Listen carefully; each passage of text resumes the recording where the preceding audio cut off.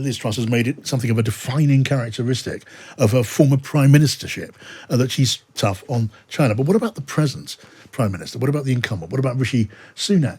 Lucy, how do you read his considered position on China? Beyond being more nuanced than Liz Truss, let's put it that way, we know that he's concerned with ways of doing business rather than ways of stopping doing business, depending on strategic considerations. But how do you read the Downing Street thinking?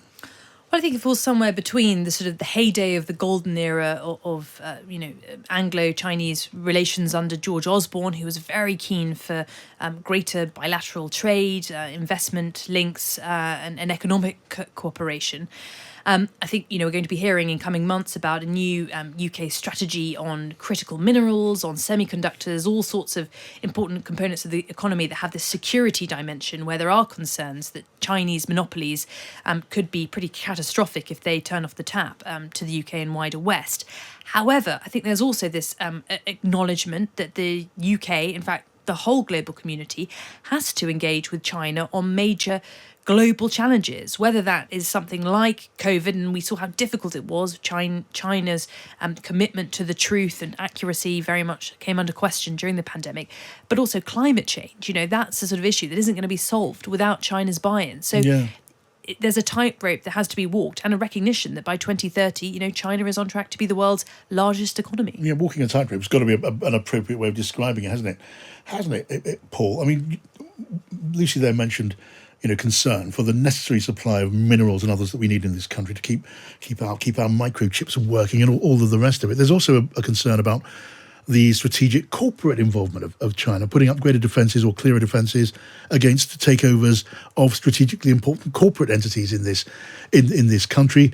But I wonder, how does it play out? You've got to do it case by case, I guess. You can't have the blanket ban, is it thought, in Downing Street that some on the right, if you can call them on the right, the Hawks want.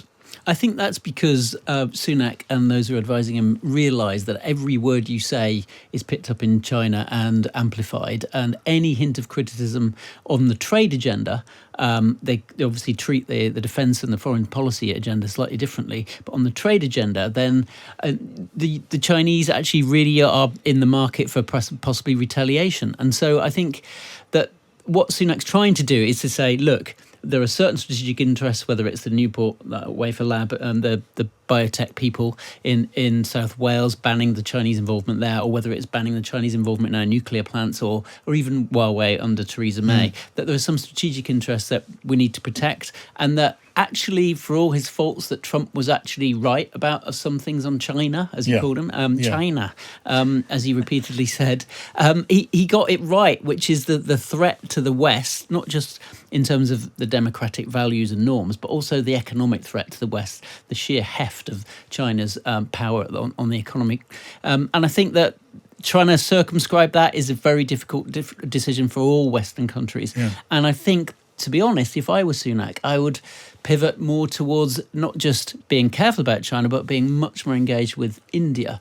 And given that India is on course to actually be the biggest global populous country on the planet later this century, but also it's a free democracy, got lots of links with them, open trade, and opening trade doors more with India rather than worrying about China is perhaps the way forward. Which is by the way, another whole set of dilemma. Yeah. And tightrope walking. India, such an important market, such an important power, but also so close to Russia in so many ways. It's another delicate game that has to be played. And for Rishi Sunak, Lucy, we've been talking about Joe Biden, we've been talking about Emmanuel Macron. If you're Rishi Sunak looking to Macron over there, who's saying, let's not get too far into conflict or diplomatic conflict with China, and you've got Joe Biden over there saying, let's have a tough line.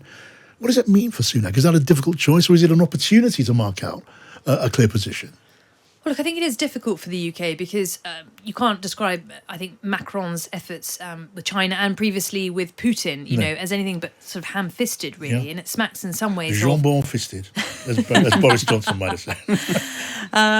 It does slightly smack of a Messiah complex, thinking he could, bridge the divide between Russia and the West, or China and the West, and going out and doing all this personal diplomacy, slightly taking a lead that no one sort of in the EU had asked him to take. And yet, I do think there is something in what he says about the need for more strategic autonomy by the EU. There is the spectre of Trump returning to the White House. He obviously wants the Republican ticket for 2024. If he were to win, then, America's, membership of NATO would be up in the air. America's commitment to Ukraine would be up in the air. I think there is a sense in which the EU should be, or Europe, of which the UK is a part, should be sort of preparing for that. But it needs to be done much more in a sophisticated, nuanced way, quietly, behind closed doors. UK is in a very difficult position after Brexit. And even when we were in the EU, as a nation, there was a lot of discomfort about the idea of there being an EU army or more, greater defence procurement by the bloc. You are, Lucy, in previous incarnations, you're pretty well plugged into what strategists and tactical thinkers are thinking. When it comes to Taiwan, just the other day, there was Ian Duncan Smith saying, let's be pretty clear, we will stand by Taiwan. What does that mean? And if it comes to it, if it comes to the crunch, the real crunch that matters, and China does make a move militarily on Taiwan, what would Britain do?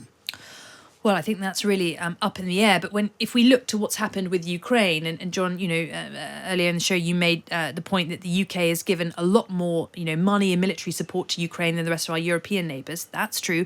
But it pales in comparison to what the US has done. Last year, since the invasion on February the 24th, the UK gave about £3.5 billion worth of humanitarian and military assistance to Ukraine. Well, the US has given 10 times that, at least around $35 billion just in security assistance before you get to the humanitarian aid. So if we applied that sort of formula to what would happen with Taiwan if the UK decided to row in behind the US, frankly, it is more of a diplomatic fig leaf we're giving to the US. I imagine, it would be something similar in terms of the magnitude of any sort of military support that would come from Washington, with the UK sort of adding that political support. I think the real difficulty with Taiwan is the UK population's interest in it. Ukraine is clearly communicable to the average voter in Britain that this is on our doorstep, this is on Europe's doorstep.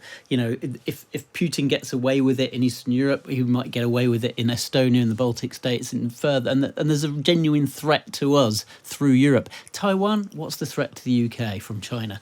And it may well just be, to that famous phrase, a faraway country of which we know little, which was the Second World War view of Czechoslovakia. It may well be that for a lot of Britons, well, what's it got to do with me, Taiwan? Why should we defend Taiwan? Yes. In America, it's a completely different ballgame. Sure.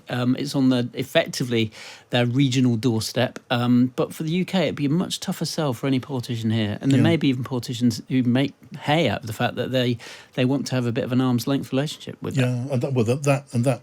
I don't know, that scepticism in Britain, you can see that it would be exactly as you described, at a time of high tension and more than tension with Russia, at a time when when Britain is pouring more resources into Ukraine than other comparable countries, while the MOD, while British generals and British defence ministers are saying we can't even defend our own backyard. How do you then extending the reach to Taiwan, pouring weaponry and support into Taiwan? You could say, look, that's America's game, that's Australia's game, that's Japan's game. We'll all do our bit, we all agree we're all good mates, but we can't all do the same thing everywhere around the world. That's going to be the argument. Well, it's a fascinating discussion at any rate. Let's say it doesn't become much, much more serious.